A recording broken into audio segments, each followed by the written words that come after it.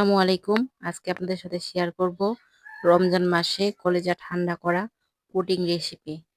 তো চলুন ভিডিওটা শুরু করা যাক। পুডিং রেসিপি বানানোর জন্য প্রথমে একটা কড়াই বসাই নিছি, দিয়ে চিনি দিয়ে চিনিটা ক্যারামেল করার জন্য যে নাড়াচাড়া দিচ্ছি, দিয়ে সুন্দর করে চিনিটা ক্যারামেলটা করতে হবে। চিনির ক্যারামেলটা ভালো না হলে কিন্তু পুডিংটা কালারটা হবে না, আর যদি ক্যারামেলটা ফুরে যায় তাহলে কিন্তু খেতেও ভালো লাগবে না। এই যে ক্যারামেলটা করে আমি একটা বাটিতে সুন্দরভাবে ঢেলে নিছি, নিয়ে এটা কিছুক্ষণের জন্য রেখে দিব ঠান্ডা করতে, বাটির সাথে সেট হওয়া পর্যন্ত। একটা বাটিতে আমি নিয়ে এসেছি তিনটা ডিম।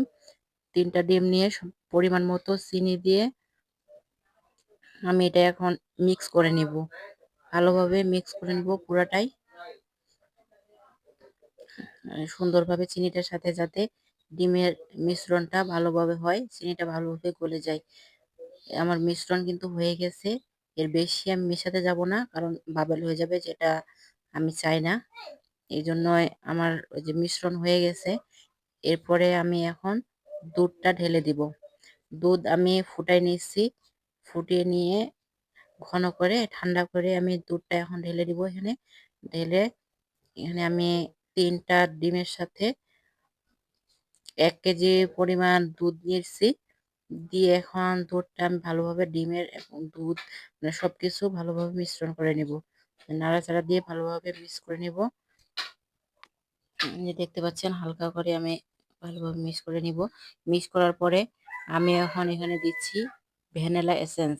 এটা দিলে ডিমের যে একটা গন্ধ থাকে, এই গন্ধটা কিন্তু আসবে না। যে সুন্দরভাবে ভ্যানিলা এসেন্স পরিমাণ মতো দিয়ে আমি এটা নাড়াচাড়া দিচ্ছি, দিয়ে মিশ্রণটা ভালোভাবে করে নিচ্ছি।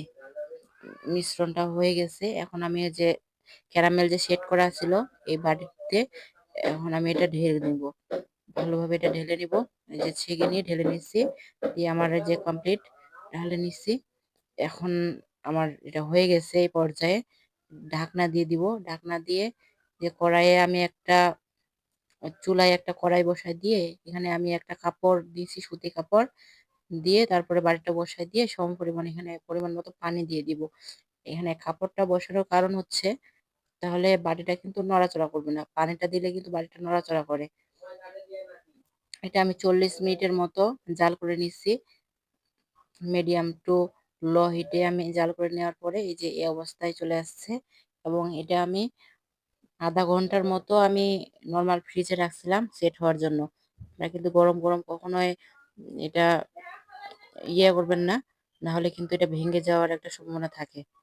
এখন আমি এটা দেখেন ঢেলে নিব, যে আমার হয়ে গেছে দেখুন, জাস্ট ওয়াও! দেখেন কত সুন্দর হয়েছে, অসাধারণ অসাধারণ হয়েছে, যে কত সুন্দর হয়েছে। আমি তো দেখেই মানে অনেক ইয়া হয়ে গেছি, অনেক ভালো হয়েছে এবং খেতেও কিন্তু অনেক দারুণ হয়। এটা কিন্তু রমজান মাসে খেলে পুরো কলিজা ঠান্ডা হয়ে যাবে। আপনাদের কাছে রেসিপিটা কেমন লাগছে অবশ্যই কমেন্ট করে জানাবেন। সবাই ভালো থাকবেন। আসসালামু আলাইকুম।